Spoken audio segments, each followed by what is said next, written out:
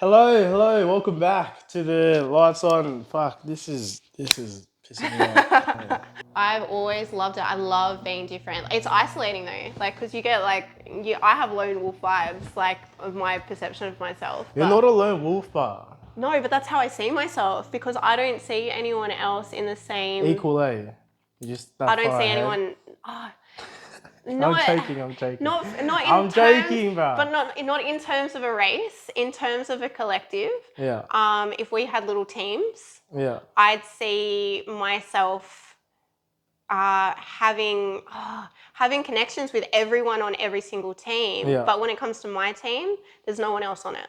It's just me. You know what I mean? And I think people would, I don't know. I don't have many friends. Yeah. By choice. Yeah. But I don't know. I've just always felt like a lone wolf because I don't see, like, people just don't connect to me on the depths that I would like to actually have a relationship with. I'd like to be able to sit there with someone who is a deep thinker like me. I deep think into everything. It's like I need to completely take it apart to understand it completely. Yeah. And I don't think I've ever met anyone else like that. Like I've never come across anyone else like that You're who a likes to deep thinker. completely understand why. And I know it's a normal thing for a child to be like, why do I have to do this? I never grew out of it. Yeah. Why? Like, why are we here? It's been my life's journey and life's purpose to understand. And I just would love to be able to connect with other people that are like that. That's crazy. But who I'm aren't like the going complete opposite, eh? Most I don't people care, are. bro. It's like, why are we here? I don't care. Yeah. Well, see, I think it's exploration. I see myself as a little explorer. It's like I just want to, like, what can I explore? Like out here, like, there's limits. Yeah. In here, there's no limits. There's no limits inside. You can go as deep as you want. You can reach levels of perception that you never thought you could. You could look at one object in one level and then see it from a different level and then a different level and then a different level, and you have a different view of that in 10 or 11 or 20 different levels. Yeah. So it's very interesting. It's like an onion. So it's just like, most people see an onion, but I'm like, what's under this first layer? Oh my God, this is under that first layer. Now I want to understand that layer. So let's go through that. And then you get, so it's just very interesting. True. So that's why, like, I've seen myself as a lone wolf, spend the majority of my time by myself. I like that. And if I allow you into my inner circle, is because I feel like I'm happy to share my energy with you. It's discernment. I think discernment and accountability are two of the most important qualities in a character to be able to live a happy and fulfilled life. I've seen this thing. Speaking of Andrew Tate said girls can't take accountability. Well, why am I exempt from that? If I'm of the female gender, this body, I should say this body is a female body. I don't believe in gender and spirits, but I'm not gonna lie. I feel like what he said holds true for most girls, eh? Most, so you're not part of that. Because you are low key.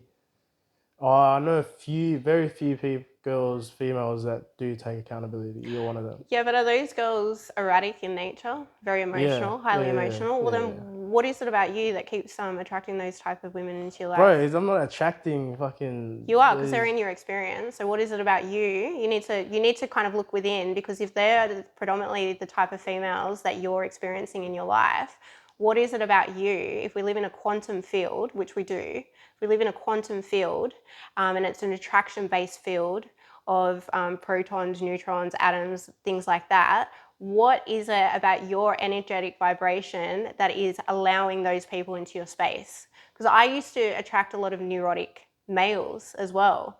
And I had to take a step back and take accountability. This is where the accountability comes in. I had to take a step back and take accountability, because I was like, why do I keep attracting the same person in different bodies? Because that's essentially what it is. And it was me.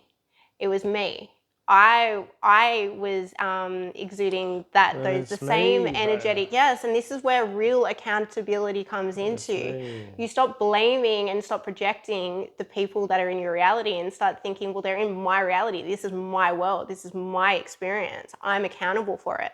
So what is it about me and my perception or my belief systems or my self-judgments that is manifesting these people into my reality? That's true accountability. You stop the victimhood and you stop the blame and you stop pointing fingers outside, because outside is a projection. This has been proved by science. It's quantum physics. Outside is a projection. We are little radio towers that are emitting and receiving electro signals 24/7.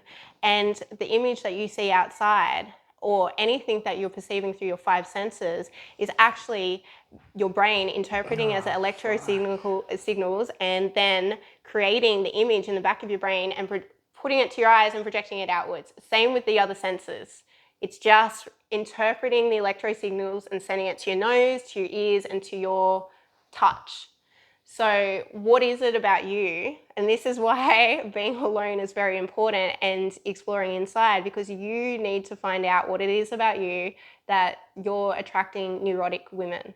Usually, and I'm not saying... No, I'm not attracting them. You're attracting them because you're perceiving them. No, but when you say attracting, it can be taken in a different connotation. No, but you're perceiving them in your reality. Yeah, that's attracting. I'm perceiving. That's attracting, because you're attracting electro signals. Nah, it's not like they're attracted to me. You're attracting electro signals into your being, and you're interpreting them, and you're visualizing them and seeing them in your reality. So if you're seeing them in your reality, there's something within you. That one statement I heard from Andrew Tate, when he said girls aren't accountable, completely changed my perception. And because now I'm like double guessing it. Now I'm like, are they actually not accountable? Am I just seeing things wrong? And now I have to like think deep, because I could be perceiving things incorrectly, which is interesting. It completely shifted that thought. Even like the thought of like, I see things a certain way because one person said it. Now I'm gonna have to like go down and delve deep. Is that information correct or incorrect? I know it's influencing how I see things, which means I also have to then audit what information I get from the types of people, which is annoying. Yeah, but why do you need to gain information externally? You can get some really profound insights internally that aren't available externally, that will shift your entire motivation towards life. I used to be very physically or materially focused until I went inside. And now I can understand, like, material possessions are a byproduct of the person that you become. Looking inside, I'm not gonna lie, it's a sack. It's full of pain, misery, trauma. I've done it before. It's a sack. Right? Yeah, to be honest with you, no, this is why everyone turns outside. It's because inside is just full of things that you don't want to confront. Yeah, exactly. 100%. Yeah, but I mean, through fear, you find your pot of gold. Simple as that. Fear is always let's fear is always the keeper. Fuck it. Fear is always the keeper of what you want the most. All right? And to be able to create what you want the most, you need to know thyself.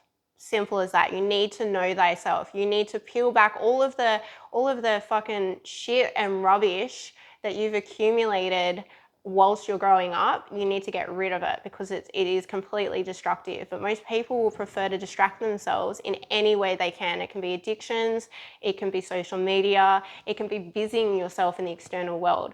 But I know a lot of people that don't like to be alone, because when they're alone, that's when the thoughts start to come, that's when the emotions start to come up. It needs to be cleared. Hold up. In the same sense that I know it's a sack to like delve internally to find things, I don't mind being by myself, and I like my thoughts. Yeah, but my brain is full like all positive looks. Sitting there doing absolutely nothing? Yeah, like you meditate for 20 minutes, you sit there, look at a white wall, and that's it. There's nothing happening. No, that's not what I mean. I mean for hours. Not for hours. For years. For years. I mean, I've had release sessions. I call it a release session, where I have no distractions. Yeah, no, and shit that you didn't even know that you're holding on to starts coming up, and you think, fuck, mentally, I thought I had moved on from that. Emotionally, I still have the trauma stored in my body, and it's still affecting me on a cellular level. And what most people don't know is the body is quite sneaky.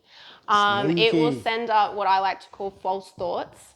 And you will perceive those thoughts as being of your own. So it could be something like, have a vape, have a suck of this vape. I'm hungry, and you I'm think cold, I'm that thirsty. you're exactly, but you think that you're in control, and you think that I'm Nah, doing this it's because I want to do it. it's automated. It's the body is sending up thoughts up through your, oh God, I can't even remember the name of it, but it's Cerebellum. maybe sending them straight up within milliseconds. So you have no time to differentiate between what is an active thought and what is Cerebellum controls your movement and shit. nervous system. I don't know. Could be It's the something through the spine. back. It's something through the back. Maybe it is cerebellum. But yeah, so it's deceptive. So you need to understand that if you are having mental health issues, it's usually because you have trapped emotions that are Hold stored up. within the body. But I don't have mental health issues. I'm a speaking happy. to the audience, mate. It's not all about you. Fucking okay, mate. Sorry, guys. Yeah, come on, continue the TED talk. Oh, you've lost me. I've lost my train of thought yeah, now. no, it's about the But yeah, audience. no, I think as well. Yeah, so like people just can't sit there and be alone. So I mean, I couldn't. I've lost track of how many hours I've actually spent alone with absolutely no distractions. That's crazy. Thousands. That's actually Absolute crazy, yeah. thousands.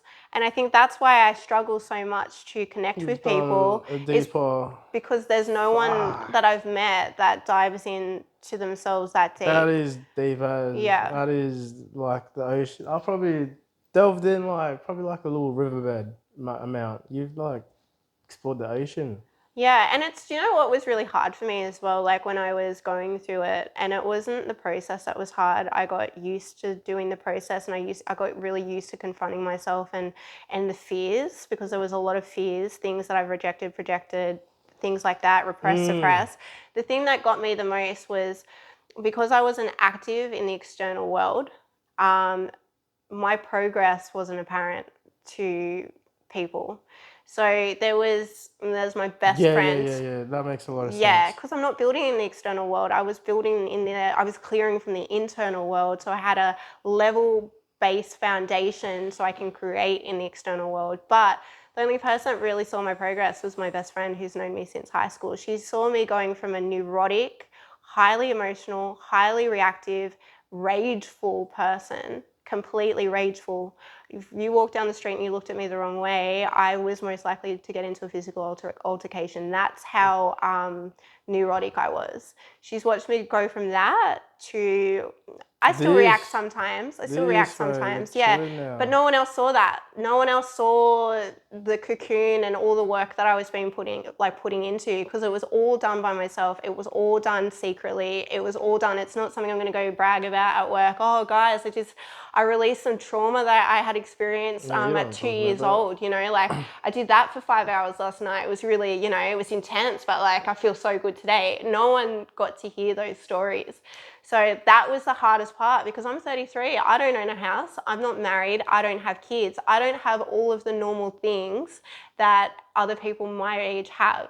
So it was really hard for me to get over that self-judgment that I was still not successful.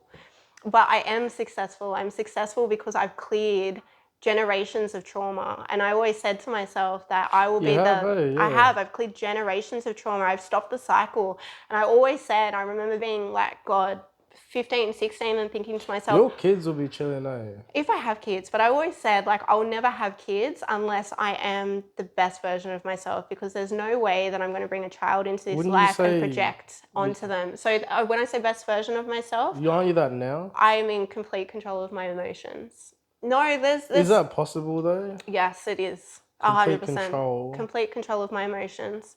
So when I say complete control of your emotions, that means that you're in a flow state, because we're all little batteries, a flow state. So if you see a little battery, energy comes up and energy goes out, and it's clear. Yeah, so it flows, right? So a lot of us have the tendencies to block it off. We don't want to feel it in that moment, but that's processing. Yeah, but it's going on to what we're talking about now. Fairs. So fuck, I'm going to repeat myself throughout the next 5 years of filming, Brian. Nah, don't, bro. I'm sick of hearing the same shit. Oh my god, don't get into an argument with me now. But yeah, so that's what I mean. Like, I want to be able to completely be in a flow state where I process my emotions immediately. I'm calm, I'm happy, and yeah, that's when I'll bring a child into this world. And balance as well. How do you get there? More internal delving? Internal work is the way to go. Internal work. But you talked about active and passive challenges. That's heaps external.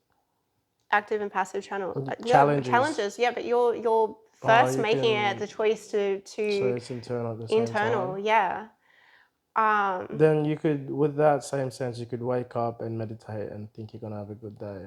You're not gonna get the same. Oh, you probably will. Meditation is an active challenge. Yeah, it depends on how you view it. Yeah. It's not a passive challenge. You think that's a passive challenge? No. Like you have no control over meditation. I'm just thinking of the chemical release. You probably will get the same dopamine and serotonin release as going to the gym, if not more.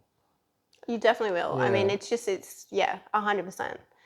So, I mean, there's alternative options for you guys out there who don't want to have to go to the gym. Just start with meditation. But everyone that I recommend meditation to always comes up with an excuse. Oh, but I can't sit there for 5 minutes. I can't, my mind won't shut off. The reason to meditate is not to cease thoughts. Everyone misunderstands this. It is not to cease your thoughts. It is to no longer identify with your thoughts. It is to now take the seat of the observer and see, all right, well, my thoughts are going in this direction and they're saying that, I don't want to do this, I don't want to do that. Why don't I want to do that? Why are they saying that? What is it within me that is saying that is resistant to doing something that I can feel that I actually want to do? What is that?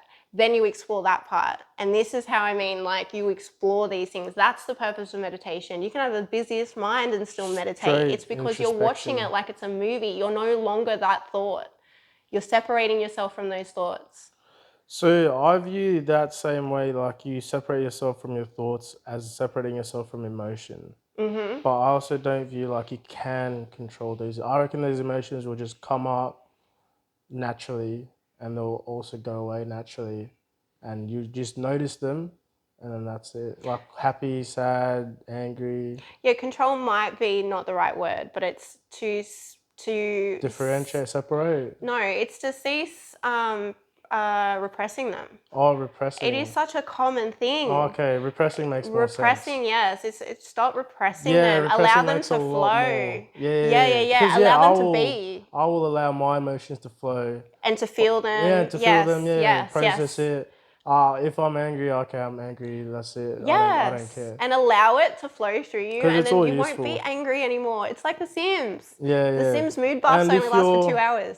If you're not that spiritual, the way I look at it is emotions will come and go, but there is a use for it. We have emotions for a reason. So like when you get scared, back in the day, like a tiger might be coming at you, you get scared, your adrenaline hits and you move quicker.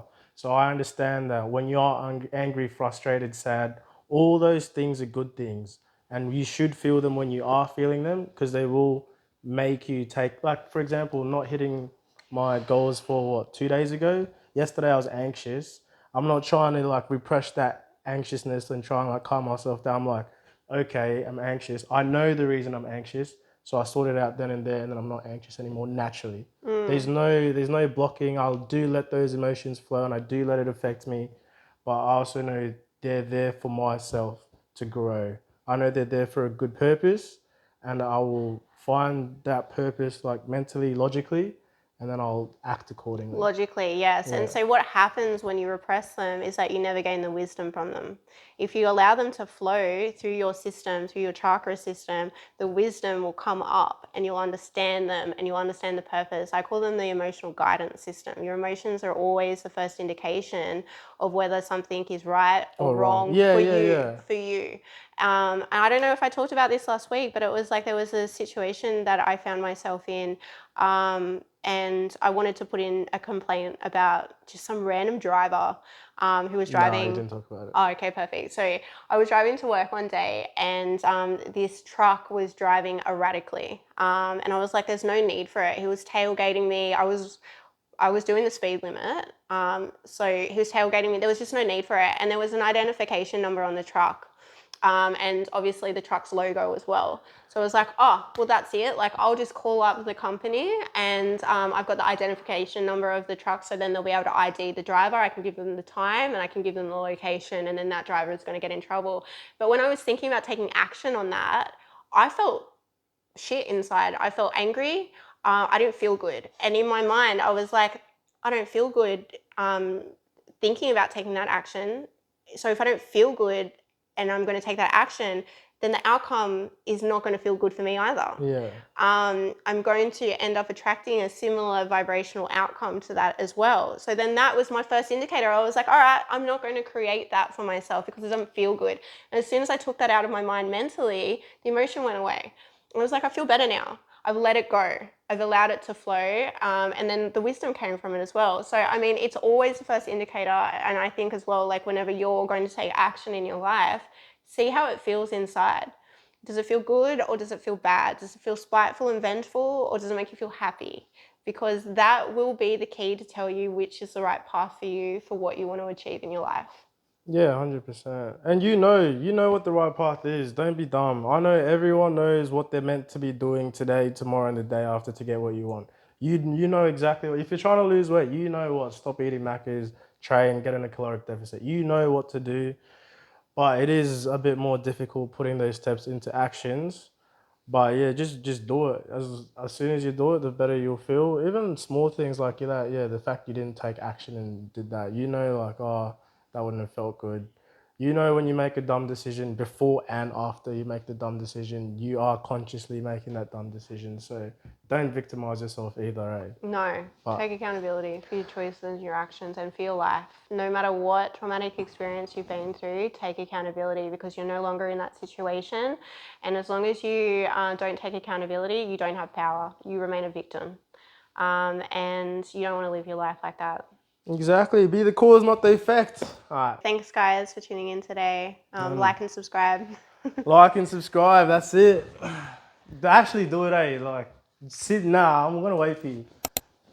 Go down, click the button, like, subscribe, and leave a comment on your thoughts.